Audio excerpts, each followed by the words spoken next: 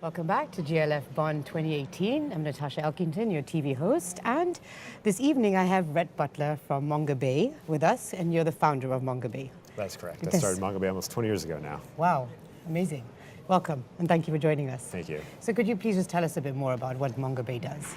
Sure. So Mangabay is a conservation news website, and we've originally focused on tropical forests, but now we're much broader. We cover a wide range of issues, and we have bureaus with a global bureau which produces stories in English, and then we have a Latin America bureau which is in Spanish, and an Indonesian bureau, and then we just launched in India. Oh, great. Cool. Where in India? Well, so Mangabay has no office anywhere, so it's virtual. Oh, right. So we have staff in 5 countries, and we have correspondents in about a dozen cities so far. Okay, amazing. Okay, so what are the main challenges that you're finding in terms of environmental reporting? Well, I mean, one of the challenges of late is just concern about security. So, in many countries there's been sort of a little bit of backsliding, so it's less secure now for journalists to do reporting, especially around environmental issues. So. We're careful, and so far we haven't had problems. We know that we have a lot of concerns in that space. So that's one of the main issues. There's no shortage of topics to cover, obviously, so that's not a problem. Right. So you always have content anyway, right? To Yeah. report. Okay. So, but is it challenging getting stories out in like hostile environments? It definitely can be. So I mean, it's mostly more about because we're online, we don't have to worry too much about someone coming to our office or something like that. But it is hard to get out to the field, and sometimes there's security issues where you really are constrained. So we did some reporting in Central America this last year where essentially it was like 6 months where the project got shut down because it really was not safe. Right. And so that is an issue. We also had a similar thing in Myanmar for a few months last year. Okay, interesting. So how the GLF conference, how is it important for your organization, a conference like this?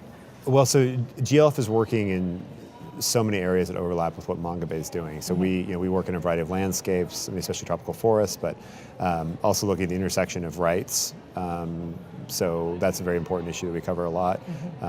Threats against environmental defenders fits kind of within the rights context, but then also looking at ecosystem services and kind of the opportunity with restoration. So there's just a lot of overlap, and there's a lot of great people here. So it's a great opportunity to meet those folks. Right. And could you tell us what are the hot topics right now in terms of the energy themes and that you're covering? Well, so a big area that we're covering is rights. So looking at forest peoples and local community rights, governance structures. We look at commodity supply chains quite a bit. So all aspects of that. We look at markets. We look at how land deals get done and corruption, and then issues like land use change, so like deforestation. Okay. And then how do you deal with the climate skepticism that is currently basically, like in the States, for example, there's a bit of in terms of their government, right? They don't really support or believe that, climate change is an issue. How does Mangabay? Well, so we usually tell climate stories through the lens of either an ecosystem or a species. So we don't really focus specifically too much on climate science. And so back in the day, we used to see a lot of skeptics and attacking us and trolls. I guess we still have that now, but we sort of, become desensitized. And I guess at the end of the day, it's kind of like, well, how important are those people? Because you see, the high level people in the administration who are, deniers, but there's also a lot of people within the government, the U.S. government, who are still kind of moving forward on climate issues. And so, for example, last week, or I guess 2 weeks ago, there was a big climate report that came out from the U.S. government that was 29 chapters, very substantial. And Trump came out and said he didn't believe it, but the report still came out, and it focused. The interesting thing about that is it focused on economics, and so making an economics case is you reach different audiences that way.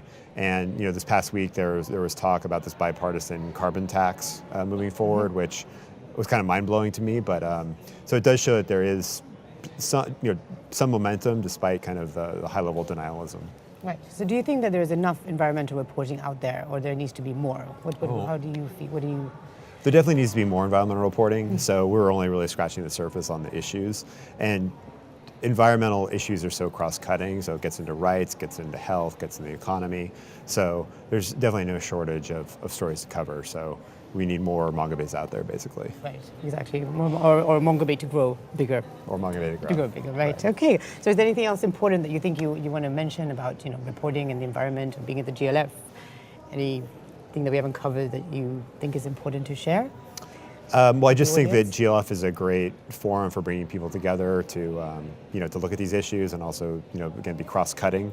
So not just focus sort of on get outside the silos, because the sector is often very siloed. So I think it's a great opportunity to sort of get out of those silos. Well, thank you very much for your time. It's been a pleasure speaking to you. Well, thanks for having me.